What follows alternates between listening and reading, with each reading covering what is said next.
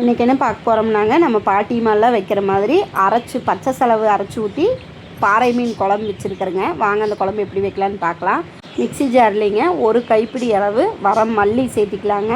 அது கூடங்க 1 ஸ்பூன் சீரகம் சேர்த்திக்கலாங்க. அது கூடங்க 1/4 டீஸ்பூன் குறுமிளகு சேர்த்திக்கலாங்க. ஒரு பிஞ்ச் அளவு வெந்தயம் சேர்த்திக்கலாங்க. 10 வரமிளகா சேர்த்திக்கலாங்க. அது கூடங்க கொஞ்சமாக மஞ்சத்தூள் சேர்த்திக்கலாங்க. இப்போ இதையெல்லாம் வந்துங்க நல்லா பவுட்ரு பண்ணி தண்ணி ஊற்றி கொஞ்சம் நைஸாக அரைச்சி எடுத்துகிட்டு வந்துக்கலாங்க. அரைச்சி எடுத்துகிட்டு வந்ததுக்கப்புறங்க இது கூட பச்சை வெங்காயம்ங்க ஒரு 50 சின்ன வெங்காயம் சேர்த்திக்கலாங்க.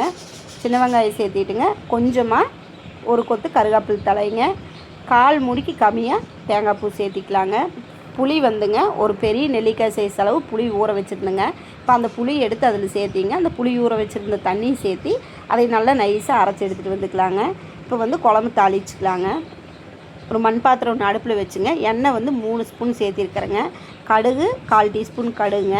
குழம்பு தாளிக்கிறதுக்குங்க சின்ன வெங்காயம் ஒரு 30 சின்ன வெங்காயம், 10 பல் பூண்டுங்க, 2 வரமிளகா எல்லாம் 2 கட் பண்ணி சேர்த்திருக்கிறேனுங்க. நல்லா வணக்கிட்டுங்க ஒரு கொத்து கருவேப்பிலை தலைங்க. அதையும் நல்லா அந்த எண்ணெயிலேயே நல்லா வணக்கி விட்டுங்க. ஒரே ஒரு தக்காளிங்க, குட்டி தக்காளி, அதை கட் பண்ணி சேர்த்திருக்கணுங்க.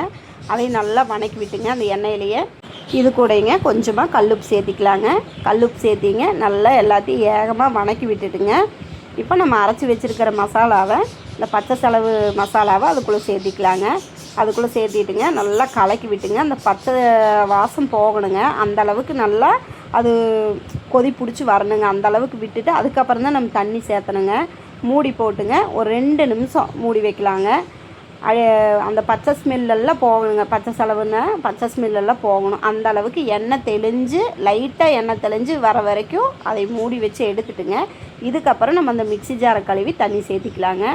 ஓரளவுக்கு பச்சை ஸ்மெல் போயிருச்சுங்க. இப்போ தண்ணி சேர்த்திட்டுங்க நல்லா இந்த குழம்பு வந்து மறுபடியும் ஒரு 2 நிமிஷங்க மூடி போட்டு நம்ம கொதிக்கிறதுக்கு விடலாங்க.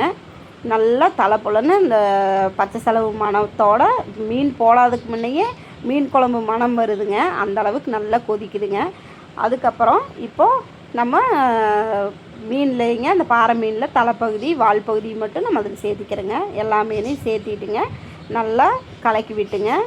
உப்பு காரம் புளிப்பெல்லாம் கரெக்டாக இருக்குதான்னு பார்த்துட்டுங்க மூடி போட்டு ஒரு 2 நிமிஷம் மூடி வச்சா போதுங்க. ஒரே ஆவியில் மீன் குழம்பு ரெடிங்க. மீனும் வெந்துடும். சூப்பராங்க. பச்சை செலவு ஆட்டி ஊற்றி இந்த மாதிரி ஒரு டைம் கண்டிப்பாக வச்சு பாருங்கள். உங்களுக்கு ரொம்ப பிடிக்குங்க. நம்ம பாட்டிமா அம்மாவங்களாம் வச்சு கொடுத்த டேஸ்ட் வருங்க. மீன் குழம்பு சூப்பராக இருக்குங்க. கண்டிப்பாக இந்த மாதிரி ட்ரை பண்ணி பாருங்கள்.